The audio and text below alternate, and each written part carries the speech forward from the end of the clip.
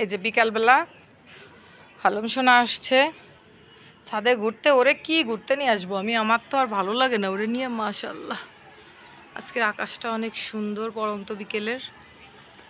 ওরে বলছি যে তুই মাটিতে বসিস না, এমনিতেই তোর অ্যালার্জি হচ্ছে ও হচ্ছে। এখন এই সন্ধ্যার সময় ঠান্ডা ঠান্ডা আবহাওয়া, এত যদি আমি মুছাই তাহলে ওর ঠান্ডা লেগে যাবে না?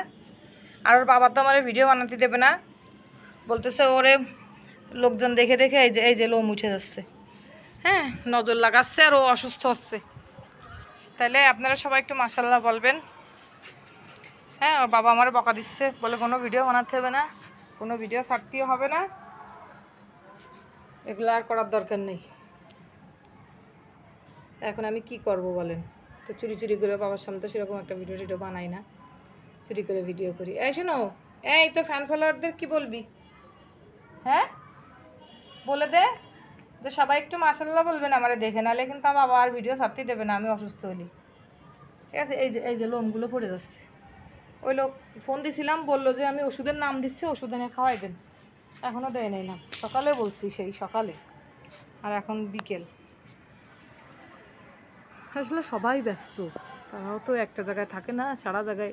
আমি ফোন দিছি তখন সে কোথায় যেন যাচ্ছে, মানে অন্য কোথায় যেন ওনার কাজ আছে, মানে পশু পাখি নিয়েই তো ওনাদের কাজ, হয় গরু নয় ছাগল, না হলে হচ্ছে ডগি, নাহলে ক্যাট, সব কিছু নিয়ে ওনাদের ব্যস্ততা। হয়েছে সাদা এসে চুলকাতে হবে না, সারাদিন চুলকায় বেড়ায় ঘাত পা। চলো একটু শুধু বসবে আর বসবে, শুধু বসবে আর বসবে, কোথাও বসবি না, হাট হেঁটে বেড়া, শুধু বসবে।